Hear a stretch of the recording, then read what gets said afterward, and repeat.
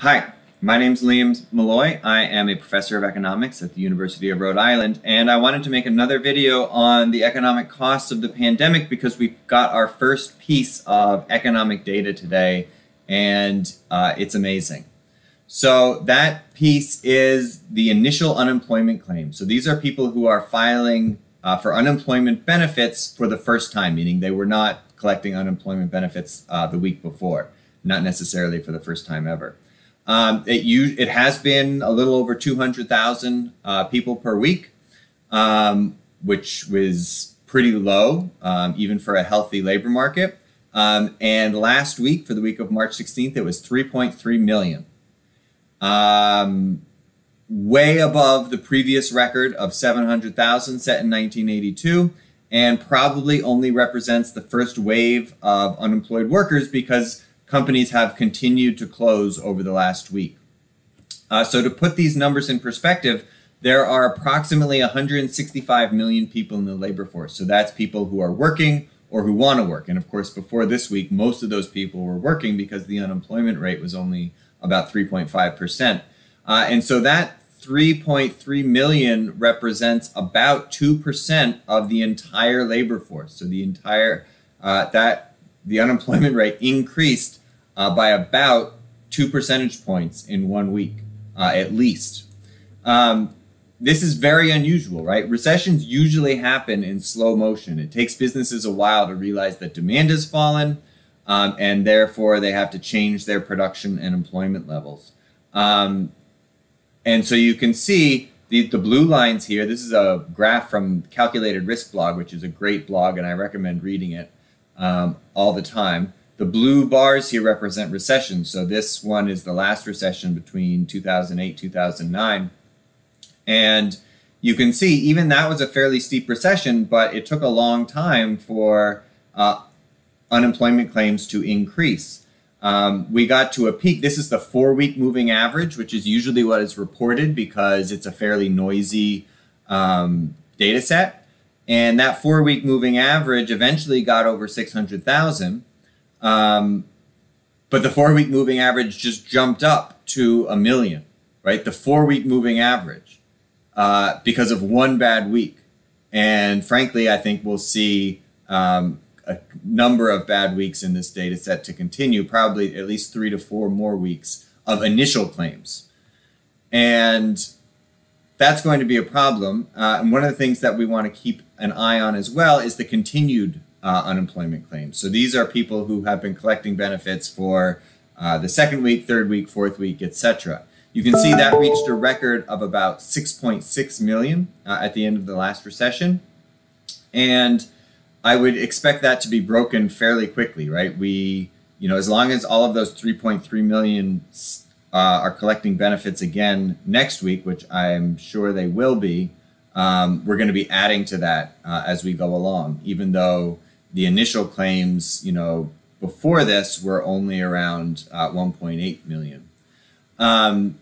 Keep in mind also that this doesn't include all people who are unemployed, only those who are eligible to collect unemployment benefits. So to be unemployed, you need to not be working, you need to want to be working, and you need to have looked for work in the last 4 weeks.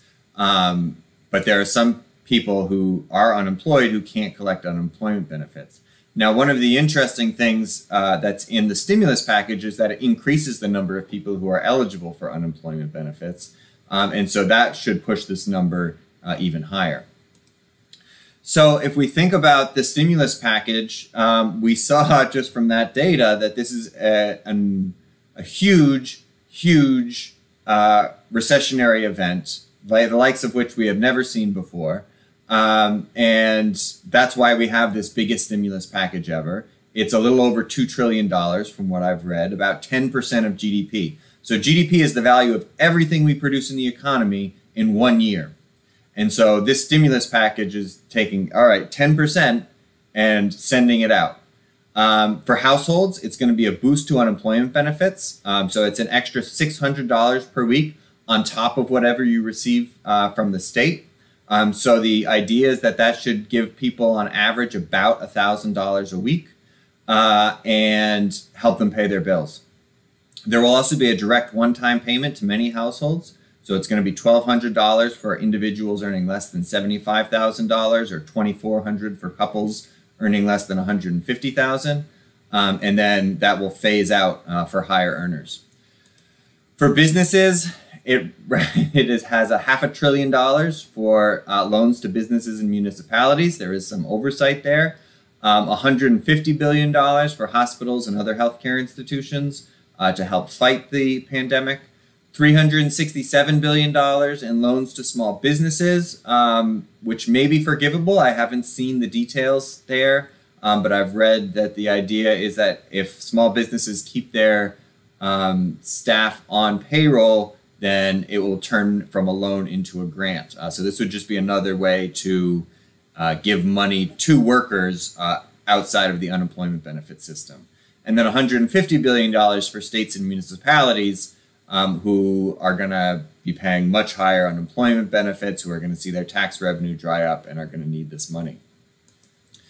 So the goal is obviously to keep people paying their bills. So an extra $600 per week, or about $2,500 per month, should help people pay their rent, their mortgage, their car payments, buy food. And remember, this would be on top of regular unemployment benefits, right? So, and this is good. Unemployment benefits are usually considered to be a good automatic stabilizer because it gives money to the people who need it, who have lost their jobs. It's unclear how it's going to work for those not generally covered by unemployment benefits. People like gig workers, self-employed, who don't have a W-2 form. States are going to have to figure out how to calculate those payments. But it's, I think, good to include those workers because they can't pay their bills now either. But there's just no way to avoid a sharp economic contraction at this point, right? I've read estimates that at least 10% of consumer spending could disappear, maybe more.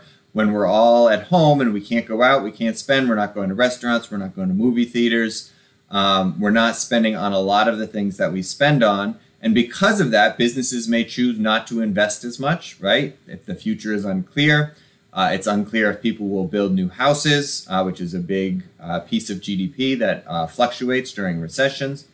And that's going to lead to a further increase in unemployment because as people spend less, people's income goes down, right? Remember, one person's spending is another person's income, and that's going to decrease income in total. So it's always good to remember we often focus on GDP, gross domestic product, which is the value of everything we produce. But theoretically, GDP is basically equal to GDI, or gross domestic income. So if we see a 5 or 10% contraction in GDP, which I think is possible, at least in the short run, that means that people have that much less income to spend, and that will lead to a big increase in unemployment. So how much, will we see in terms of an increase in the unemployment rate and GDP? It's a little unclear. As I said before, the labor force is about 165 million people. 3 million of those just became unemployed last week, at least 3 million. That's going to increase. The unemployment rate is likely to shoot past 10%, so that would be an increase of about 7 percentage points in unemployment. And Okun's law tells us that will be a sharp contraction in GDP. Now, one question is, how long is this going to last, and what will the recovery look like? This is a very unusual recession, and it has the potential anyway to be an unusual recovery. The economy was doing well before this, and so it's possible that once we are able to go back to business as usual, the economy will recover. But I think that it's very unclear at this point. So what to look for next? Well, we'll have the initial unemployment claims again next Thursday, so April 2nd for this week, the week of March 23rd. And then next Friday, April 3rd, we'll have the March unemployment numbers.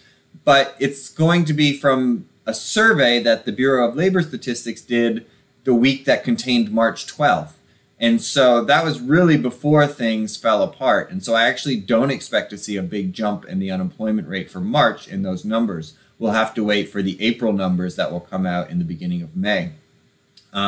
We also want to see when the stimulus checks start showing up, and also when states will be able to catch up with their unemployment claims and start sending out the larger benefits, because that's going to be a key piece in terms of when people can catch up on paying their bills.